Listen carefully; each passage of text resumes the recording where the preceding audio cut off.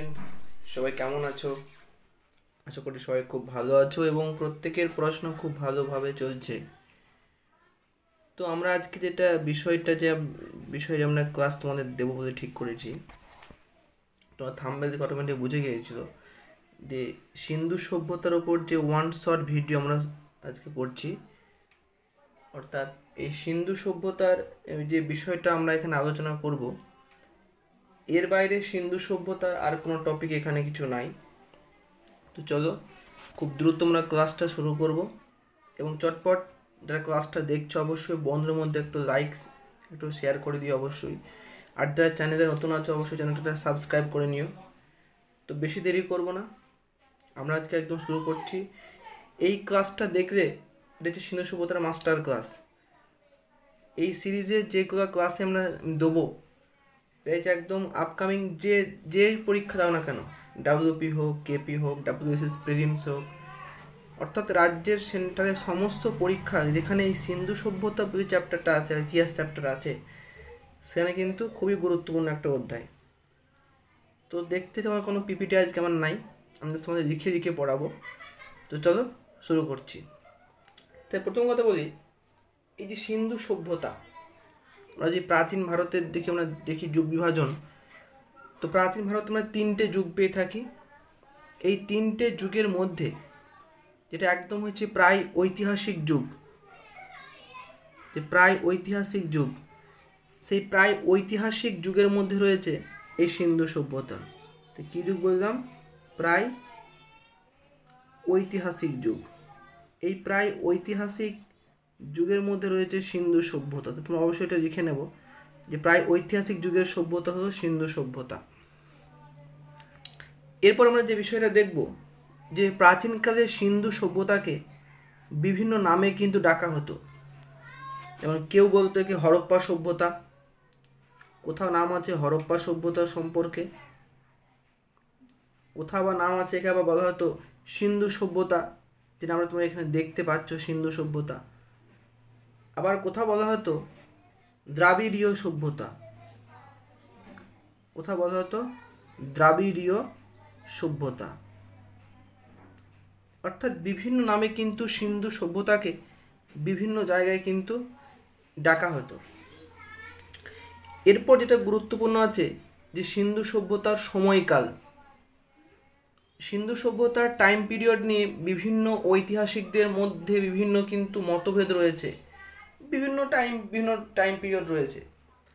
তা সেইগুলো দ্বিমতকে সই রেখে যেটা কার্বন ডেটিং 14 অর্থাৎ C14 যে পরীক্ষা, সেই C14 পরীক্ষাতে যে সালটা উঠে এসছে সেইটা কি সর্বজন গ্রাহ্য, অর্থাৎ সেই সালটা কি ধরা হয়ে থাকে যে সিন্ধু সভ্যতার সময়কাল, ওই টাইম পিরিয়ডের মধ্যে সিন্ধু সভ্যতা ছিল। তো সেই সালটা কত সাল? সেই সালটা হলো যে 2350 খ্রিস্টপূর্বাব্দ থেকে 1750 খ্রিস্টপূর্বাব্দ পর্যন্ত। এই বিসি মিনস হচ্ছে বিফোর ক্রাইস্ট, এর মানে হচ্ছে খ্রিস্টপূর্বাব্দ। তাহলে 2350 থেকে 1750 এই যে টাইম পিরিয়ডটা, এটা কি আমরা ধরবো যে সিন্ধু সভ্যতার সময়কাল। সিন্ধু সভ্যতার অনেকগুলো কেন্দ্রই রয়েছে, এর মধ্যে আমরা মেন 7টা কেন্দ্রের নাম আমরা পড়ব। এই 7টা কেন্দ্র থেকে মেনলি পরীক্ষাতে আসে। 1 নম্বরে কি? প্রথমটা নাম হচ্ছে হরপ্পা, এটা তোমরা প্রত্যেকেই জানো। নেক্সট হচ্ছে মহেঞ্জোদারো, সেকেন্ডটা হচ্ছে মহেঞ্জোদারো। থার্ডে আছে কালিবঙ্গান, আমরা লিখলাম না।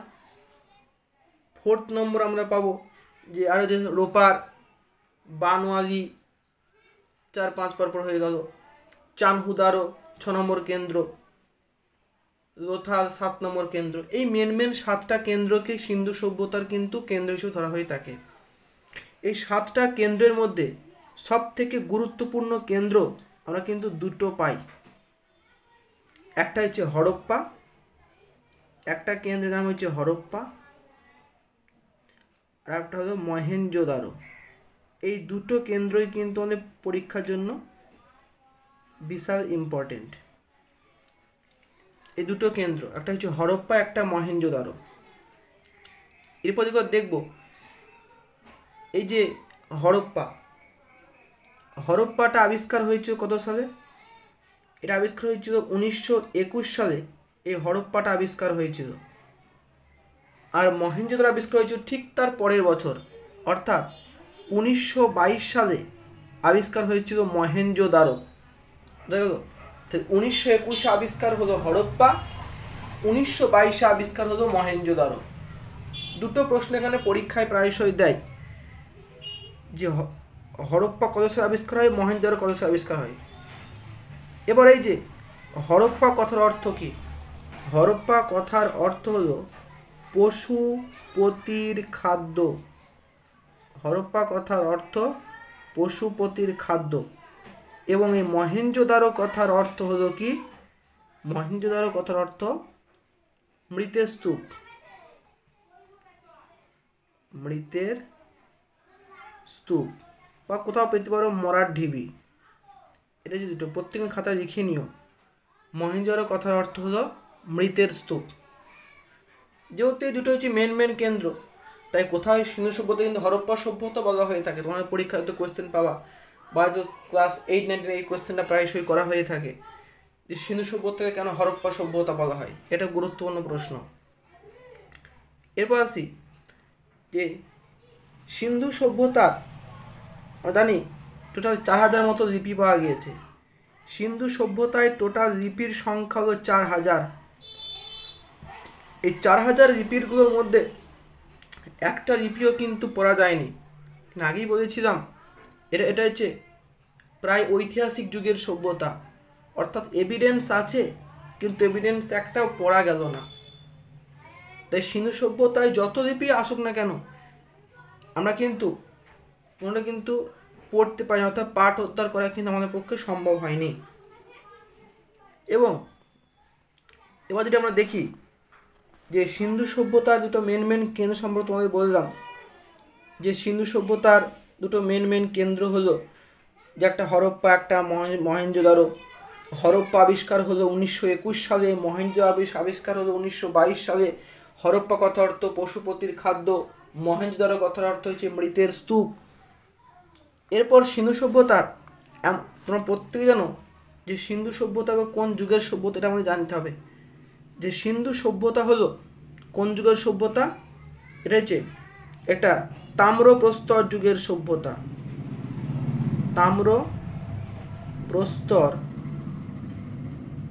তাম্রপ্রস্তর যুগের সভ্যতা হলো সিন্ধু সভ্যতা। এটাও খাতা লিখে নাও যে সিন্ধু সভ্যতা হলো তাম্রপ্রস্তর যুগের সভ্যতা। এই সিন্ধু সভ্যতার আর এটা হচ্ছে একটা নগর কেন্দ্রিক সভ্যতা। একটা নগর কেন্দ্রিক সভ্যতা হলো সিন্ধু সভ্যতা।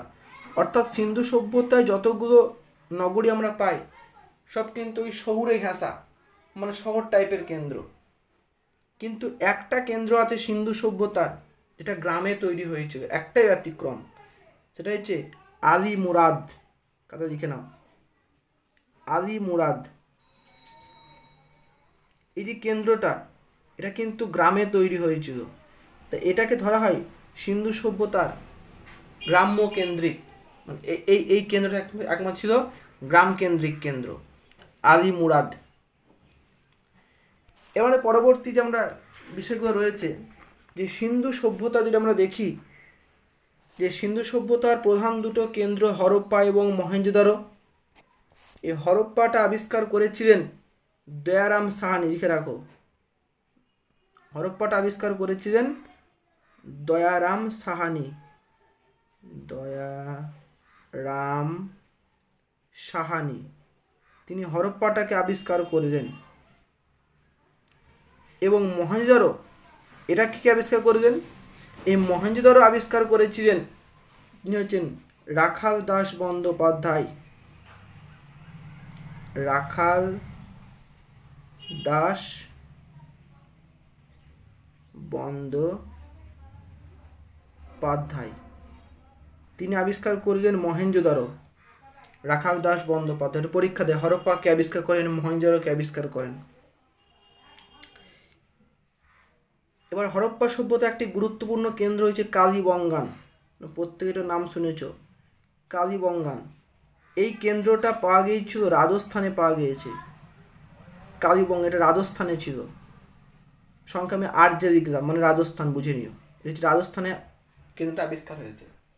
এই কালীবঙ্গান কথার অর্থ হলো কালো বালা। এরপর দেখব যে সিন্ধু সভ্যতার নর্থ অর্থাৎ উত্তর দিকে, সিন্ধু সভ্যতা ধরে নিই, এটা তার নর্থ পোর্শন, এটা সাউথ, এটা ইস্ট, এটা ওয়েস্ট, এই চারদিকে সিন্ধু সভ্যতার বিস্তার কত ছিল।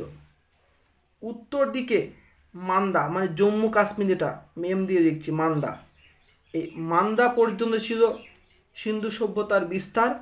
আর দক্ষিণ দিকে ছিল দাইমাবাদ, এটা এখন নাম হয়েছে মহারাষ্ট্র, দাইমাবাদ, দক্ষিণ দিকে বিস্তার দাইমাবাদ। পূর্ব দিকে বিস্তার ছিল আলমগীরপুর, এইটা বেশ খুব ছোট আমি লিখলাম, আলমগীরপুর হচ্ছে পূর্ব দিকের বিস্তার। আর পশ্চিম দিকের বিস্তার হলো বালুচিস্তান, এখন নাম হচ্ছে, আগে নাম ছিল সুটকা গান্ডার, লিখছি সুটকা গান্ডার, সুটকা গান্ডার, এটা হচ্ছে পশ্চিম দিকের বিস্তার।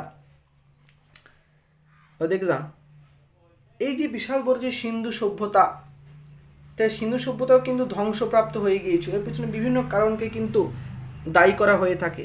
যাই হোক, ধ্বংসের কারণটা আমরা পরে আসছি, আগে সিন্ধু সভ্যতা সম্পর্কে কিছু গুরুত্বপূর্ণ তথ্য আমরা এখানে দেখে নেব। যে সিন্ধু সভ্যতা যে যে প্রধান যে কৃষিজ দ্রব্য, কৃষিকাজ তো হতো, প্রধান যে কৃষিজ দ্রব্য, প্রধান প্রধান কৃষিজ দ্রব্যের মধ্যে কি দেখব, প্রধান কৃষিজ দ্রব্যের মধ্যে আমরা দেখব যে গম এবং বার্লির চাষ হতো, গম আর কি বার্লি, এই প্রধান কৃষি দ্রব্যের মধ্যে আমরা এই দুটোর চাষ কিন্তু দেখব, গম এবং বার্লি। আর আখের চাষ, এবং আখের চাষ তারা কিন্তু অজানা ছিল, আখ বলে কোনো সেখানে ফসলের চাষ হতো না। এবং তারা ধাতু হিসাবে লোহার কোনো ব্যবহার আমরা পাই না সিন্ধু সভ্যতায়। এবং পশু হিসেবে ঘোড়ার কোনো ব্যবহার আমরা সিন্ধু সভ্যতায় পাই না। এটা কিন্তু পরীক্ষা আছে, সিন্ধু সভ্যতায় কোন পশুর ব্যবহার অজানা ছিল, তবে ঘোড়া। সিন্ধু সভ্যতায় কোন ধাতু ব্যবহার ছিল না, সেক্ষেত্রে উত্তর করে আমরা লোহা করব। এই সিন্ধু সভ্যতার মধ্যে যে খুব টুকুটুকু আমি ডিটেলসে কিন্তু পড়াচ্ছি, ইন ডিটেলসে, মানে এমন কোনো পরীক্ষা নাই সেখানে কিন্তু এই ভাবে তুমি কিন্তু পাবা না। এরপর দেখব যে যে সিন্ধু সভ্যতার মধ্যে যে বেশ কিছু বিষয় রয়েছে, যে সিন্ধু সভ্যতাকে আমরা চ্যালকোলিথিক যুগের সভ্যতা বলবো, যেটা আমি আগে বলেছিলাম যে তাম্রপ্রস্তর যুগের সভ্যতা। সিন্ধু সভ্যতায় ওখানে যারা অধিবাসী ছিল তারা কিন্তু পিপুল গাছ, মানে অশ্বত্থ গাছের তারা কিন্তু পুজো করত, অশ্বত্থ গাছের তারা কিন্তু পুজো করত, অশ্বত্থ গাছের পুজো করত। এবং সিন্ধু সভ্যতার যে পার্শ্ববর্তী যে মেসোপটেমিয়া, ওই মেসোপটেমিয়ায় যে সমস্ত মানুষজন বাস করত তারা সিন্ধু সভ্যতাকে একটা নামে ডাকতো, সে নামটা হচ্ছে মেলুহা, কথা লিখে নাও, তারা কিন্তু মেলুহা নামে ডাকতো, মেলুহা এই নামে তারা কিন্তু ডাকতো। এবং সিন্ধু সভ্যতার মানুষদের প্রধান জীবিকা বলতে ছিল ব্যবসা বাণিজ্য, প্রধান জীবিকার মধ্যে আমরা পাবো ব্যবসা বাণিজ্য, ট্রেড অ্যান্ড কমার্স, এই ছিল তাদের প্রধান জীবিকা। এর মধ্যে সিন্ধু সভ্যতার যেটা কেন্দ্র, আমরা একটা প্রায়শই প্রশ্ন পাই যে সিন্ধু সভ্যতার নগর পরিকল্পনাকে ব্যাখ্যা করো। সিন্ধু সভ্যতার নগর পরিকল্পনাকে ব্যাখ্যা করতে গেলে কিছু কিছু নগর ছিল যেখানকার জল নিষ্কাশন ব্যবস্থা খুব ভালো, আবার কিছু নগর ছিল যেখানে জল নিষ্কাশন ব্যবস্থা খুবই খারাপ ছিল। যেমন যদি আমরা মহেঞ্জোদারোকে দেখি, একদম ঢাকা নর্দমা বিশিষ্ট জল নিকাশি ব্যবস্থা, আবার বানওয়াল যদি দেখি, এক্ষেত্রে কিন্তু জল নিষ্কাশন ব্যবস্থা খুব খারাপ ছিল। সিন্ধু সভ্যতায় মেনলি, এবার এখানে একটা প্রশ্ন এখান থেকে হয়তো পাবা যে মানুষের ব্যবহার করা বা ব্যবহৃত প্রথম ধাতু কি, সেক্ষেত্রে উত্তর কিন্তু আমরা তামা করব। তা সিন্ধু সভ্যতার সঙ্গে রিলেটেড এই তামা, আগেই বলছি সিন্ধু তাম্র প্রস্তর যুগের সভ্যতা, মানে তামা আছে, মানে তামার ব্যবহার কিন্তু সিন্ধু সভ্যতায় পাই। তো একটা প্রশ্ন এখানে প্রায়শই এসে থাকে যে মানুষের আবিষ্কার করা প্রথম ধাতু কি, উত্তর হয়েছে তামা। এরপর দেখব এই যে একটা বৃহৎ আকারের সভ্যতা, এই সভ্যতাও কিন্তু ধীরে ধীরে পতনের দিকে কিন্তু পর্যবসিত হতে শুরু করে। তা সিন্ধু সভ্যতার পতনের কারণগুলো কি কি? সিন্ধু সভ্যতার যদি আমরা পতনের কারণগুলোকে দেখি তো দেখব যে এখানকার যে কারণগুলো রয়েছে মেনলি 3টে কারণ কিন্তু আমরা দেখব। 3টে কারণ কি ধরা হয় সিন্ধু সভ্যতার পতনের জন্য। প্রথমটা কি? প্রথমটা হলো আর্য আক্রমণ। সিন্ধু সভ্যতার পতনের জন্য প্রথম যে কারণ সেটা হলো আর্য আক্রমণ। এই যে আর্য আক্রমণের ফলেও সিন্ধু সভ্যতার পতন ঘটেছিল, একথা কে বলছেন? একথা বলছেন গর্ডন চাইল্ড। নামটা একটু লিখে নাও, নাম লিখে দিচ্ছি, গর্ডন চাইল্ড। তিনি কথা বলছেন যে আর্যদের আক্রমণ ফলে নাকি সিন্ধু সভ্যতা ধ্বংসপ্রাপ্ত হয়েছিল। একজন রয়েছেন মার্টিমার হুইলার। মার্টিমার হুইলার তিনি কথা বলছেন।